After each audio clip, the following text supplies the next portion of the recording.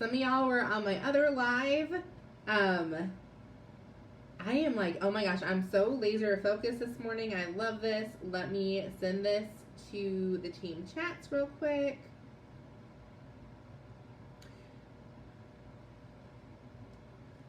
Okay, so most of y'all know that I finished reading this book about a month ago. I did not do all the like financial, he has like a self-development section at the end of each chapter.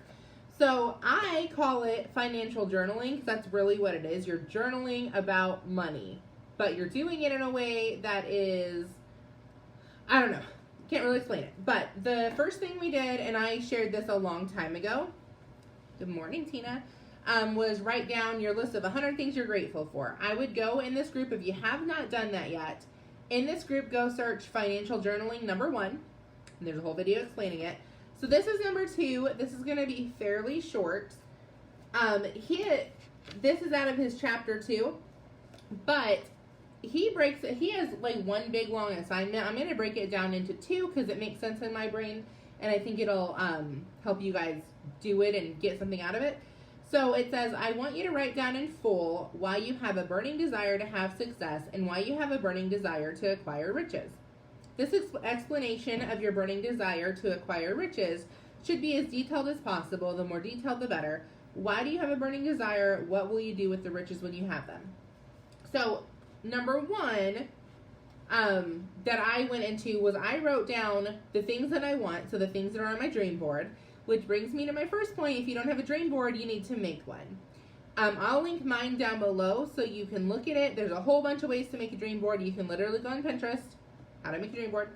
Spend a little bit, spend a little bit of time or money or both, make a dream board. Then I want you to write down everything on your dream board. I wrote it down just in journal fashion, I guess. So I'm looking at my dream board right now. First thing on it is a dream space, which basically is a fancy word for a dream house or whatever. So I wrote down, okay, the first thing that I want on my dream board, that I have on my dream board, is a dream house. So now underneath it, I'm going to write, why do I want that? What am I going to do once I get it? I want it because I want to entertain people. I want to be able to have people over to my house, and my house be kind of like, the place that we do all the entertaining. I want to have team retreats here. I want this to be the place that Glory wants to come with all her friends. Like, I want to be the house for all of my kids' friends. I grew up and I knew what that house was, and I was never invited to it. It was a very rich family that she was one of the mean girls, and people like me were not invited. And I want that to be different in our community. I want it to be where we don't look down on people who don't have money just because they don't have money. I want to love being home because I work from home, right? I want to love being home. I want to be able to have junior church activities here and Sunday school activities. I'm not going to read every single one of these, but I wrote down several things. I want a giant soak tub. I want stables with horses. I want a pool. I want a home gym. And guys, this one with a home gym, there was a lot of emotion attached to this, and that's the whole point of this. You're attaching emotion to what you want. You'll work harder for emotion than you will for things. Now I don't own it, but I belong to a gym. I have access to a gym. But the only time that I can go is either 3:30, 4 o'clock in the morning before my husband goes to work, or 6:30, 7 o'clock at night. And I'll be honest, by 6:30, 7 o'clock, I have no desire to work out. If I don't do it in the morning, it doesn't get done. Because the way their child care system is set up, like, those are the only times I can go, unless I want to go find a babysitter in the middle of the day, which is easier said than done. So I'd love a home gym because it would be convenient. It would take the excuse away of, well, I didn't work out because I didn't have time, get up early enough, whatever. But I wrote down, I want to work out so I can ride roller coasters with my daughter when she's a teenager. Because right now I can't. My back is pretty screwed up, but most of it is because of being overweight. I get migraines a lot. Again, 90% of it, if I got down to a healthier size and I was much more toned and had much more muscle supporting me, then most of that would be fixed on its own. So that's emotion to me. I wrote down I wanted to have a body that was healthy to ward off illnesses. I'm doing a lot of research when it comes to food. Guys, holy crap, first off, it'll scare you crapless. Like, there's so many things that we eat on a daily basis that are awful for us. Then some of them are in health food, disguised as healthy ingredients. Yeah, so I wrote down a few things like that. I want a chef, a maid, a tutor. I want to be able to shop whenever I want to shop. That's a selfish one. You're allowed to have selfish ones. I want to be able to do Sunday school activities, junior church, teen, like whatever kind of activities for the church, the community. I want to be able to host those and pay for those and be able to just serve and give back in a huge way. And especially like yesterday, I was able to, and this is, I also have to, okay, let me take a breath. I get really excited about this. I also have to stop and ask myself, I'm not just going to wait for these things. What can I do right now in a very small way that would align me with that dream? So I don't have a mansion and endless money that I can host teen activities here yet. I do have a modest house that is nice and I'm thankful every day for it. But some of y'all have been here. It is nothing special. Like, you do not walk in my house and, ooh, this girl's a millionaire. No, I have couch covers on my couches because we're too cheap to go spend $1,000 on couches right now until my daughter is like older and her friends that come over will take care of things more. Couch covers are easy to take off and wash, little kid spills. Our carpets need to be torn up and hardwood put down. We haven't decided to spend the money or time to do it yet. They don't look awful, but they definitely don't look new. We have a spot in our kitchen tile that's coming up a little bit, like nothing that you would walk in and be like, oh, these people don't take care of their stuff, but nothing you would walk in and be like, ooh, you know, this girl makes $100,000 a month. I don't have to wait for that. I can invite, I know I can't have a whole teen activity. I can't have 40 people in my house. It's not big enough, but I can have an activity with 5 or 10 because when you serve with the little that God has given you now, he's a lot more apt to give you more down the road. If he gives you a little and you keep it and you hoard it and you don't pass it on, and then you're like, oh, well, I'm really waiting. When I get this big house, I'm going to, you know, give back to all these people and let them come stay for free and swim and whatever. Okay, but why aren't you serving with the little house that God has given you? Why aren't you showing hospitality that way? Why should I trust you that when I give you more, you're going to use it to glorify me when a little bit I gave you, you won't glorify me? So I always have to think about that. And we have kids come over. We call them play dates, but they're really like, they're pretty extravagant for a play date.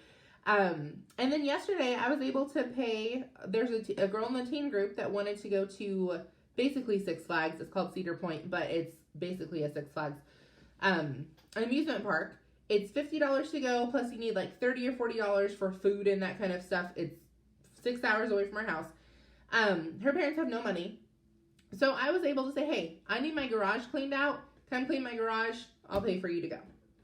Like, in my mind, that's a little thing, right? It's about $100. Some people, $100 is a lot of money. But there are people that can give $500 and $1,000 to things like that. That right now, if you're like, hey, I needed $1,000 to do that. Yeah, I could pull it out of my bank account and give it to you. I probably wouldn't, but I would feel it also. I don't have $40,000 just sitting in my bank. Like, most of our money is accounted for, even if part of that is an emergency fund in our bank account. So do with what you have so God can give you more so you can serve more with that. Little tangent, but I have to remind myself of that. And there's actually something I'm going to touch on when I get down here too. I want to be able to take Disney vacations and bring people with us and pay for them.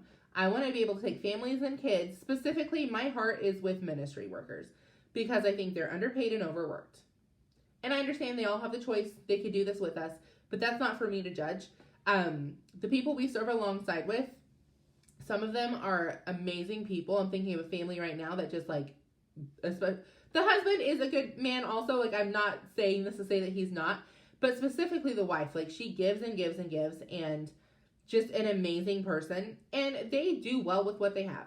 They bring in probably $45,000 a year. They've got several little kids, put them in a Christian school. They give a lot to the ministry, right? So they give back. So $45,000, and I don't know their exact bank account, but I do know that they're smart with their money. They live well below their means. I've been to their house. It's very modest. She keeps it clean, but it's definitely a modest home. They never complain. They aren't taking Disney trips. That's just not in their budget. How awesome would that be for me to like, hey, I rented this really cool RV. Let's all hop in and let's take a little cross-country road trip. Take 2 weeks off work. You got paid vacation. Take it. We will cover everything on this trip. Or we can fly and stay at a resort, just depending on like what we end up doing. But so anyways, I wrote some of that stuff down. And then the last thing I wrote down is a homeschool space. So I want a homeschool space, basically just a classroom that looks like a Pinterest classroom, so Glory feels like she's at school. And then I was like, well, I have an office. I can decorate my office any way I want to. I have to have a designated office for taxes, but there's nothing saying that I can't have my desk here and let my kid sit in and do stuff while I'm in here. There's nothing saying I can't decorate it like classroom. Just because it is an office doesn't mean it can't be decorated with like rainbow stuff. So I was convicted. I was like, you know what, God, you gave me a space. I haven't used it. So that is going to be on my list to get done in the next couple of months, is just make it look more kid friendly. Because right now it's just kind of a table in the middle of a room. Like I haven't done much with it. I'm not a decorator. You that have been to my house, you know that. I'm not a decorator. I don't really care that much to like do all that kind of stuff. But I do want to have like a special space that she can feel a little bit more legit at now that she's a little older. So anyways, I feel like this is longer than I was going to take. I have to actually get to real life now. I've got to start school. I've got to clean my house. I have been journaling and meditating and reading my Bible and so many things this morning, and I just feel like my cup is so full, so I wanted to like spill that out to y'all. So today's financial journal challenge, and it'll probably be the only one you get for the next few days. I'm not going to do these every day for sure, but I am going to make it more of a point to come on and do some journaling stuff with you guys, is to, one, make your dream board if you haven't. But then 2, write down each individual thing on your dream board and attach emotion to it. Why do you want that? Why do you want what you want? Because if there's no emotion, you're not going to work for it. So have an awesome rest of your Monday. Guys, if you're on here, please, please, please be on the Freedom Series tonight. We're going to be talking in depth how to sign distributors. So I'm excited. Talk to you later.